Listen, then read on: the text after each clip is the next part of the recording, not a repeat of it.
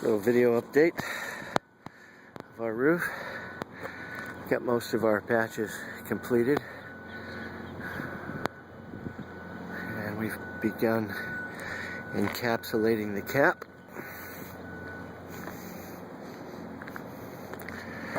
We have another coat to apply to all the cracks in the roof jacks, vents.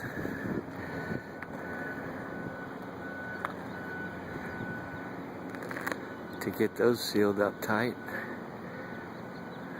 Then we'll outline it just like a big paint job and coat the roof. Here's a little close-up. One of our larger cracks has been repaired, filled in, and cured. Beautiful product. Beautiful product. Updates to follow.